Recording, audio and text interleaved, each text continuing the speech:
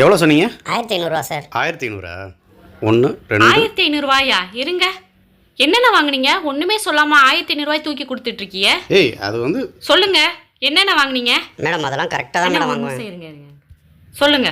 புளி பூண்டு தேங்காய் வாங்கினம்மா. சொல்லுங்க எவ்வளோன்னு. 4 கிலோ புளி.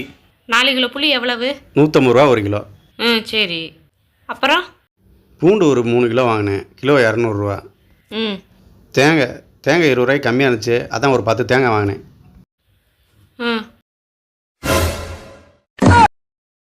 மொத்தம் 1400 தான் வருது. 1500 தூக்கி கொடுத்துட்டு இருக்கீங்க. இருங்க, நான் உங்க மேல எந்த தப்பும் இல்லை. இவர் தான் எல்லாத்துக்கும் காரணம். கொடுத்துட்டு வாங்க, உள்ள வாங்க. என்னண்ணே நீங்கள் வேறு. Sorry sir. சரி கொடுங்க. ஐயோ, இதை வச்சு அடுத்த பிரச்சனை கிடைக்கிற வரைக்கும் நம்மளை போட்டு தாளிச்சு எடுப்பாளே. என்ன வாங்கிட்டீங்களா? 100 ரூபா மீதி கொடுத்தாருமா. 100 ரூபா? நான் வரலைன்னு வச்சுக்கோங்களேன், இந்த 100 ரூபாயும் அப்படியே போயிருக்கும். ஏன் இப்படி இருக்கீங்க? ஒரு பூண்டு விற்கிறவன், புளி விற்கிறவன் எல்லாத்தையும் ஏமாந்துட்டு இருக்கீங்க. அதனால தான் அவங்க அம்மா அப்பாலேருந்து, கூட பிறந்தவங்கலேருந்து, சொந்த மதத்துலேருந்து எல்லாரும் ஏமாத்திட்டு இருக்காங்க. வருஷமெல்லாம் ஏமாந்து அதுவே ஒரு பொழப்பா போச்சு. எல்லாத்தையும் ஏமாறத வேலை. இல்லைம்மா, ஏதோ மறந்த வாக்கில் சொல்லிட்டாருமா. என்னது மறந்த வாக்கில் சொல்லிட்டாரு? நான் வரலைன்னு வச்சுக்கோங்களேன், இந்த 100 ரூபாய் அம்போன்னு போயிருக்கும். எப்படி வரும் இந்த 100 ரூபா?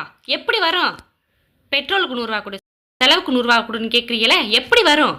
இப்படி ஏமாந்தா வரும் நல்லா. மளிகை கடைக்கு போக சொன்னால் 4 பொருளை வாங்கிட்டு 200 ரூபா செலவாயிடுச்சுன்னு வந்து சொல்கிறது. அது என்ன வாங்கணும்னு ஒரு சீட்டு போட்டு வாங்கிட்டு வர்றது இல்லையா? முட்டை இவ்வளவு, 1/2 கிலோ சுண்டல் இவ்வளவு, பால் இவ்வளவு அப்படின்னு எழுதி வாங்கிட்டு வந்தாதான் என்ன ஏதுன்னு தெரியும். அவங்க கேட்டாங்களா அவங்க தூக்கி கொடுத்துட்டு வந்துடுவாங்க. கூட்டத்தில் அவங்க இதெல்லாம் எழுதி கொடுக்க மாட்டாங்கம்மா. கூட்டமாக இருந்தாலும் அப்போ அவங்க 50 100 எக்ஸ்ட்ரா வச்சு சொல்லுவாங்க, கேட்பாங்க. நம்ம தான் கணக்கு பார்த்து வாங்கிட்டு வரணும். காய்கறி கடைக்கு போக சொன்னால் அங்கே வந்து ஓட்ட தக்காளியவும் முத்திர முருங்கைக்காயும் உங்ககிட்ட தள்ளி விட்டுறது. உங்கள் மூஞ்சியை பார்த்தா தான் தெரியுதே, பிச்சவாயி ஏமாளின்னு எழுதி ஒட்டியிருக்கு போல. அதான் பார்க்கும்போது இப்படி திருன்னு பேக்கு மாதிரி முடிச்சுட்டு நின்றா இவன் தாண்டா லாய்க்கு, இவன்கிட்ட தள்ளி விட்டுருவோம் அப்படின்னு சொல்லிட்டு உங்கள்கிட்ட தள்ளி விட்டுறது இல்லை. எங்கே போனாலும் ஏமாளின்னு உங்கள் நெத்தியில் எழுதியிருக்கு போல. அப்படிலாம் இல்லைம்மா, கரெக்டாக தானே வாங்கிட்டு வரேன். எல்லாருமே அதை தான் வாங்கிட்டு போகிறாங்க, அதான் வாங்கிட்டு வரேன். இதை பார், நான் உனக்கு சொல்கிற மாதிரி எங்கே போறிய? ஒரு நிமிஷம் ஒரு நிமிஷம் இரு, நான் வரேன். வரேன். எனக்குன்னு பெற்று விட்டுட்டு போயிருக்காங்க பாரு. சி, காலம்பெல்லாம் இவரை வச்சுக்கிட்டு நான் மாரடிக்க வேண்டியதாக இருக்குது. ஓ, இதை பார், இந்த வாட்ச் எவ்வளவுன்னு சொல்லு. என்னை ஏமாளின்னு சொல்கிறீங்களே, இப்பார் எவ்வளோ போட்டிருக்கு? 1700 ரூபா. 1700? 1700 எவ்வளோக்கு வாங்கினேன்? வெறும் 1400 ரூபாய்க்கு தான் வாங்கினேன். 300 ரூபா கம்மி பண்ணியிருக்காங்கம்மா, நமக்கு டிஸ்கவுண்ட் போட்டு 300 ரூபா கம்மி பண்ணியிருக்காங்க. அப்போ நீ ஏமாளின்னு சொல்கிற பாரு, நான் விவரமாக தானே வாங்கியிருக்கேன்.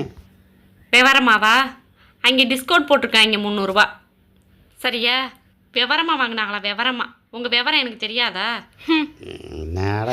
விவரமாக வாங்கினாங்களா? விவரமா? வருஷம்லாம் ஏமாத்திட்டு தெரியுது. ஒரு சின்னோண்டு ஒரு 300 ரூபா டிஸ்கவுண்ட் போட்டதுக்கு இவங்க விவரமாக வாங்கிட்டாங்களாம். ஏன் தான் இப்படி இருக்கிறீங்களோ? எல்லாத்தையும் ஏமாறாதிய. கொஞ்சமாவது விவரமாக இருந்து கொஞ்சமாவது லைஃப்பில் பொழைங்க. ஏய், மாம்பழம் விற்கிறாங்கன்னு நினைக்குமா? உனக்கு மாம்பழம் பிடிக்கல, மாம்பழம் வாங்கிட்டு வரட்டுமா? மாம்பழமா? ஏன் இந்த 100 ரூபா இருக்குது உங்கள் கண்ணை உறுத்துதோ? இந்த 100 ரூபாய் கொண்டு போயிட்டு அவன்கிட்ட ஏமாந்துட்டு வர்றது. சொத்தையும் பூச்சியும் உங்ககிட்ட தள்ளி விடுவேன், அதை வாங்கிட்டு வந்து இந்தான்னு கொடுக்குறதுக்கா?